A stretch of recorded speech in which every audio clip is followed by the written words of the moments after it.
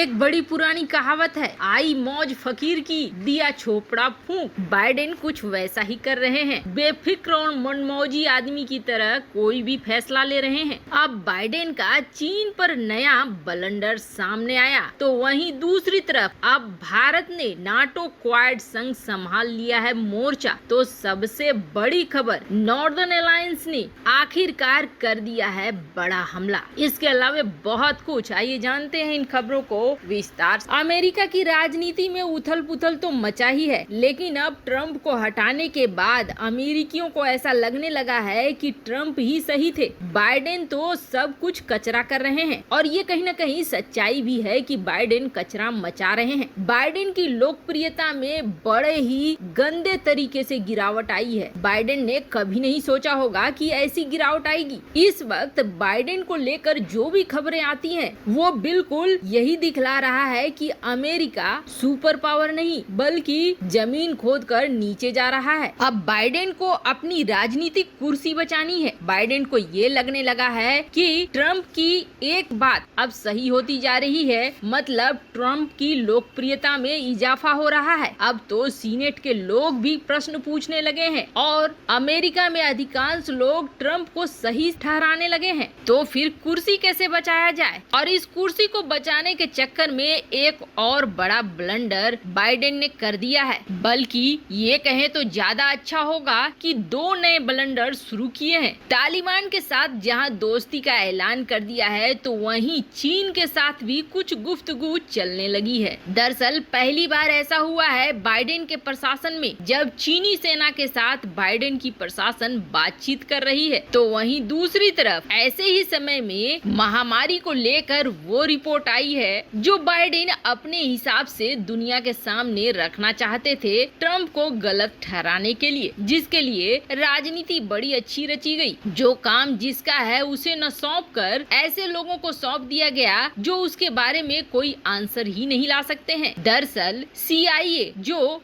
America की intelligence agency है, उसे महामारी की उत्पत्ति की जानकारी निकालने की बात दी गई, पर इसके अलावे एक इंटेलिजेंस सर्विस को भी बाइडेन ने नियुक्त किया। अब इसमें सारे लोग थे, फाइनेंस के लोग थे, रक्षा के लोग थे, ऐसे ऐसे लोग भी थे जिनका इस डिपार्टमेंट से कोई लेना देना नहीं है। अब ऐसे में अगर कोई रिपोर्ट निकल कर आएगी तो वो रिपोर्ट तो खिचड़ी होगी ही। अब जो रिपोर्ट निकल कर आई है महामारी के उत्पत्ति के विषय में, उस रिपोर्ट में लगभग आप ये कहें कि चीन को क्लीन चिट दे दिया गया है। सारे एक दूसरे के विरोध में हैं, कोई सही आंसर नहीं आया है। वही हुआ है जो बाइडेन चाहते थे। अगर चीन को दोषी ठहराया जाता, जो कि ट्रंप के समय में बार बार होता था, तो ट्रंप सही हो जाते। अफगानिस्तान मामले में सही हो गए, अब इस मामले में भी सही हो जाते। ऐसे में ट्रंप की लोकप्रियता बढ़ती और बाइडेन की खत्म होती। बाइडेन ने कुर्सी बचाने के लिए अब चीन के साथ भी वो खेल शुरू किया है जो कुर्सी भले बाइडेन की बच जाए, लेकिन पूरे अमेरिका को खत्म कर देगा। जितनी जल्दी हो बाइडेन को इस कुर्सी से उतरने से ही अमेरिकियों की भलाई होगी, नहीं तो आगे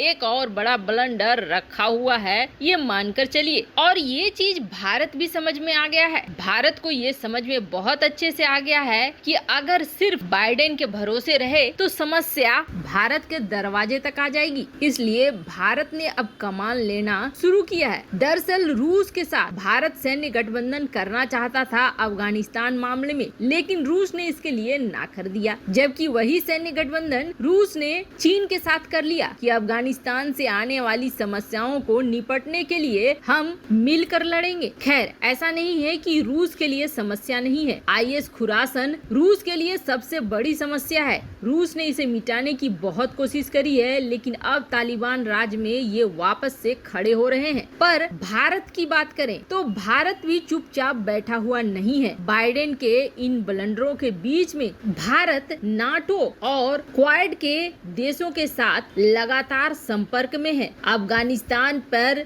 बड़े ही जोर शोर से भारत पड़ा हुआ है ताकि नाटो और क्वाड के साथ मिलकर अपने देश की सुरक्षा को मजबूत किया किया जा सके। वैसे इस मामले में भारत को फ्रांस का साथ पुरजोर मिल रहा है, तो वहीं क्वाड की वजह से खुफिया जानकारियां भी साझा हो रही है और भारत अपने इंटरनल सेना को भी तैयार कर रहा है इन खतरों से निपटने के लिए। वैसे उम्मीद ये भी की जा रही है कि अगर खतरा बढ़ता है तो फिर इस इलाके में क्वाड के मेंबर्स जरूर कूदेंगे, कम से कम अपनी सीमा की रक्षा के लिए। खैर, अभी फिलहाल अफगानिस्तान में आतंकी गुट इतने बड़े नहीं हो गए हैं कि भारतीय सेना उनके सामने छोटी पड़ जाए, पर हाँ, महत्वपूर्ण ये है खुफिया जानकारी का मिलना जो क्वाड और नाटो की तरफ से भारत को मिल रहा है, जो भारत को और भी ज्यादा मजबूत बना रहा है। ऐसे में भारत ने खुद मोर्चा संभाल कर अपने देश के लिए बेहद सही काम किया है। वहीं दूसरी तरफ आपको हमने अपनी पिछली खबर में ये बताया था कि तालिबान झूठ का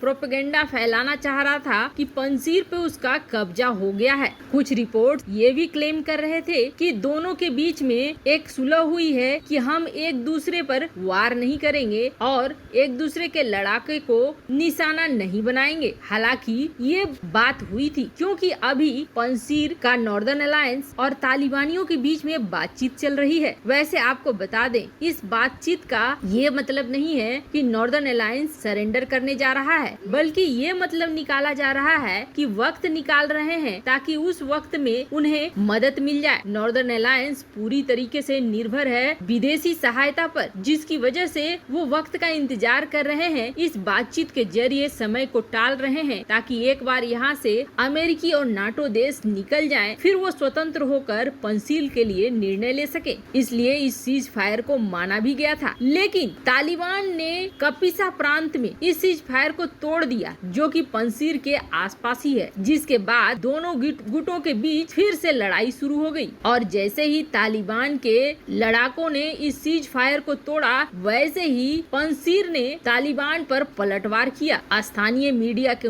अनुसार तालिबान और रेजिस्टेंस फोर्स के बीच भीषण गोलीबारी हुई, जिसमें तालिबान को बड़ा नुकसान उठाना पड़ा है। तालिबान ने सीज फायर को तोड़ा, जिसके वजह से उसे भुगतना भी पड़ रहा है। अब उसे पीछे हटने पर मजबूर कर दिया है पंजीर ने। वैसे कहा यह जा रहा है कि नॉर्दर्न अलायंस अभी और बड़े झटके देगा तालिबान को। एक बार जैसे ही 31 अगस्त तक अमेरिका अपने सैनिकों को निकाल लेता है, ये पूरा इलाका सीरिया बन जाएगा, क्योंकि सारे गुट एक दूसरे पे लगे पड़ेंगे। हालांकि पूरे अफगानिस्तान में एक पंजीर ही वो इलाका है जहां अभी भी लोग आजादी की सांस ले रहे हैं। बाकी जगह तो हालात बेहद बुरे हैं, पर उम्मीद जताई जा रही है कि जल्द ही पंजीर को मदद मिलेगी बाहरी हथियारों की और देशों की। वैसे आपको क्या लगता है, भारत अपनी रणनीति बनाकर चले तो ज्यादा सही है? कमेंट कर अपनी राय जरूर बताएं। जल्द मिलते हैं अगले वीडियो में नई खबर के साथ।